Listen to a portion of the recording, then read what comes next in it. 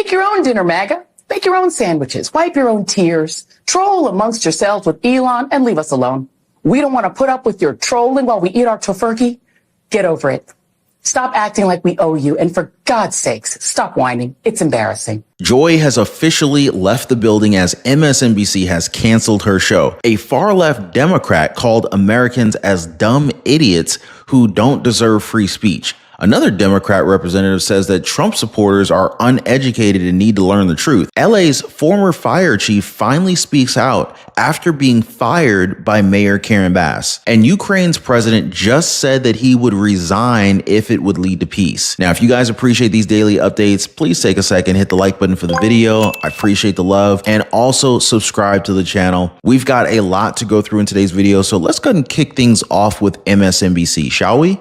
MSNBC has cancelled Joy Reid's show, The Readout, as part of a major shake-up at the network, and I wonder why they would make that call. It's surprising when you look at her spot-on analysis of US politics. I mean, here she is calling Donald Trump's team a party of racists and Nazis. Where one side stands for freedom while the other meets the textbook definition of fascism, namely a far-right dictatorial regime like Hitler's Germany or Franco's Spain or Mussolini's Italy, but also white-ruled South Africa before Mandela and the black majority took control, or Vladimir Putin's Russia, Viktor Orban's Hungary, or Nicolas Maduro in Venezuela today, that suppresses the rights of women and minorities, uses the military to execute the whims of a strongman dictator, and controls and suppresses the press, education, the arts, rewrites history to suit a favored and dominant racial class. That disgusting rhetoric was on repeat.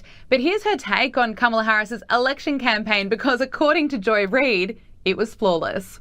I mean, this really was an historic, flawlessly run campaign. She had Queen Latifah never endorses anyone. She came out and endorsed. She had every prominent celebrity voice. She had the Taylor Swift, she had the Swifties, she had the Beehive. Like, you could not have run a better campaign in that short period of time. And I think that's still true. The Swifties, that really moved the needle. But apparently to Joy Reid, inflation isn't something that impacts every single American. No, in fact, it's just a word that Republicans have sort of made up. The people I ever hear use the word inflation are journalists and economists, right? So that is not part of the normal lexicon of the way people talk. So it's interesting that Republicans are doing something they don't normally do, right? Which is not use the common tongue, right? Not use just common English to sort of do on their campaigns like they're doing with crime. But what they've done is they've taught people the word inflation, right? Yeah. Most people who would have never used that word ever in their lives are using it now because they've been taught it. Good riddance to Joy Reid and her dangerous and pathetic coverage that serves absolutely no one. Hey, by the way, guys, if you're one of the real ones who really enjoy what we do here on the channel, you've got to check out the Inner Circle. This is where our true supporters get exclusive access to content that I just can't share here, completely commercial free. It's also the best way to keep this channel going strong. So if you want to be a part of something special, join us over there. Links in the description or in the pinned comment down below. Now, I'm pretty sure that a lot of people will miss her show, right? Especially since her ratings have gone underwater since President Trump won late last year. I also want to note that I'm sure that all of us knew what inflation was before Republicans even started talking about this. But that's how they see the American people. They think that we're stupid and that we don't pay attention to what's really happening around us. But President Trump's winning by a landslide, it really shows that the country knows what's up. We understand the state of our economy and our politics, and that's something that Democrats fear. Now, I want to listen to Representative Elon Omar, who does believe that everyone who voted for Trump is an idiot. Because they've targeted you before, but there's a new round of attacks on you, and you and I have discussed people attacking you in the past, but you have this new freshman congressional representative, this lawmaker Brandon Gill, Republican, who tweeted out that video of you and wrote, "America would be a better place if Ilhan Omar were deported back to Somalia." I mean, I thought I'd seen everything, and I've seen a lot of attacks on you. But now you have a Republican colleague, dare I say, in the House saying to deport an American citizen, an American lawmaker, an elected representative.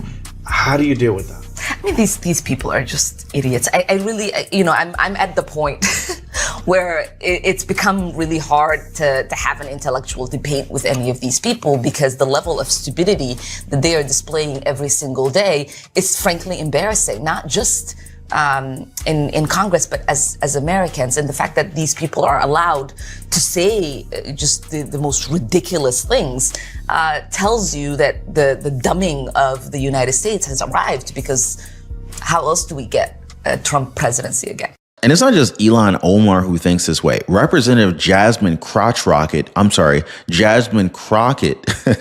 has been outspoken in saying that she supports foreign nations instead of the United States. So here she is on the news calling those who support the current administration as uneducated. And that kind of gets to my next question, which is, for all of the criticisms that exist of Donald Trump, he right now has a 53% approval rating. It's higher than it's ever been. 70% believe that he's fulfilling his promise. And 45% believe Democrats should be more moderate.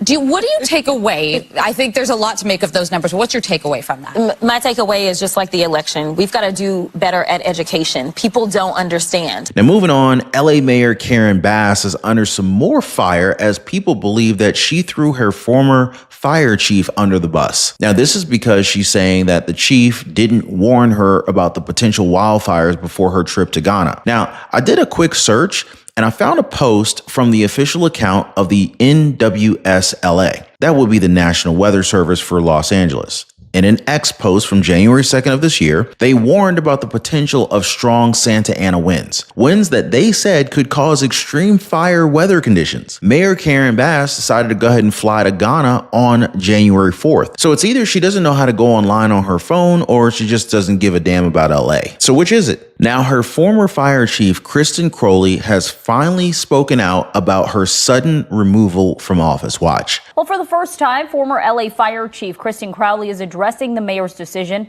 to remove her from leadership. She's defending her decisions.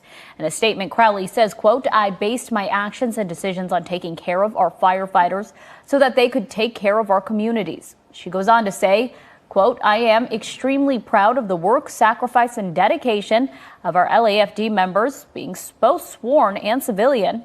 Mayor Bass says she was let go for her response to the Palisades fire, while Crowley is staying in the department at a lower rank. Meanwhile, today, Mayor Bass attended an event in Bell where union leaders and workers gathered supplies for fire victims.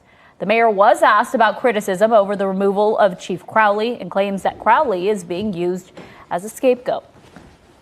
No, I would never scapegoat anyone, but it is very... There's no Q&A here. Let's go. We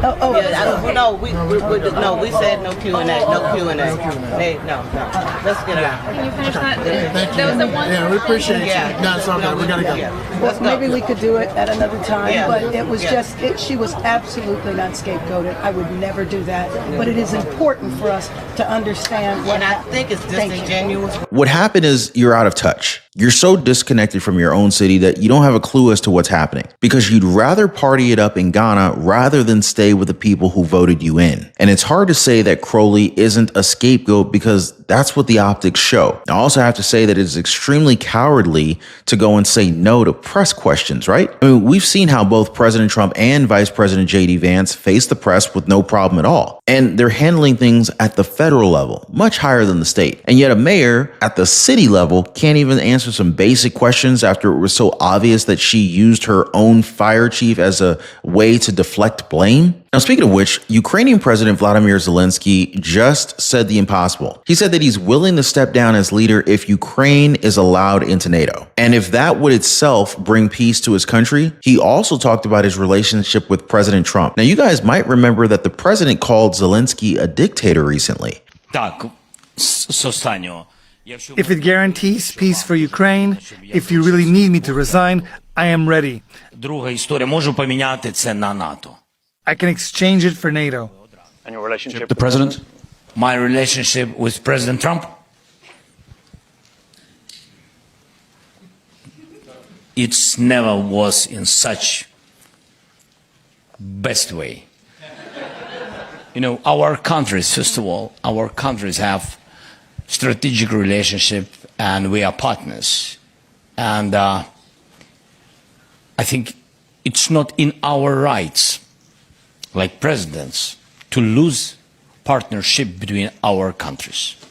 Now, while some people may claim that this is a bold statement from Zelensky, it's misleading. He knows for a fact that NATO membership for Ukraine is a non-starter. So no, he's not stepping down as leader anytime soon. Although he did surrender to President Trump recently. And I covered this in a previous live stream where the Ukrainian president was forced to backpedal on his own statement that he'd, quote, never sell his own country, end quote. Make sure you guys check that one out. As always, appreciate you hitting the like button and subscribing to the channel. We'll see you next time.